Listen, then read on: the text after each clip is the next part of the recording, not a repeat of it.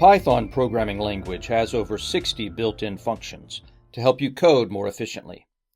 In this video, we will discuss the function compile. Hi Python enthusiasts! In this video, we're going to unravel the mysteries of the built-in Python function compile. By the end, you'll understand what it does, why it's useful, and how to use it in your projects. Let's dive right in. First, what is the compile function? The compile function converts source code into a code object that Python can execute. The syntax looks like this. Compile. Arguments are source, file name, mode, flags, don't inherit, and optimize. Let's break this down. The source is the code that you want to compile. File name is a name for the code file, which is mainly used in error messages. Mode stands for the execution mode, and it can be exec, eval, or single. The other optional flags let you customize the compilation behavior. So why use compile? The compile function is often used for dynamic code execution, debugging, or advanced scenarios like custom interpreters. Here are some key concepts. The output is a code object, which can be passed to functions like exec or eval for execution. It supports different modes.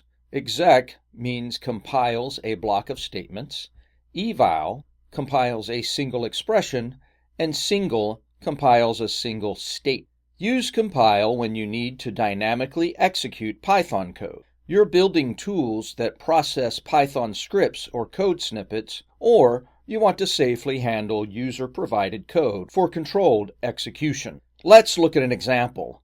Imagine we have a block of Python code stored in a string and want to execute it. Here, the compile function converts the code string into a code object, which is then executed using exec. Now let's use compile to evaluate a single expression. This is handy for dynamic calculation. Notice how eval uses the compiled code object to evaluate the expression and return the result.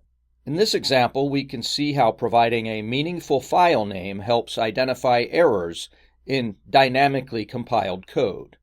Check this one out. Here, the file name division error example appears in the error message, which makes debugging easier.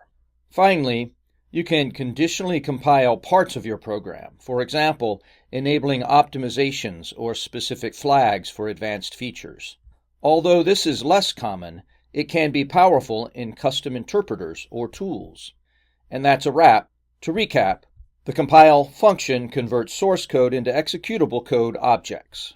It's great for dynamic execution, debugging, and custom Python tools.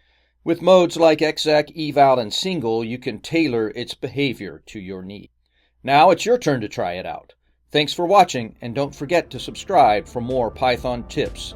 See you next time.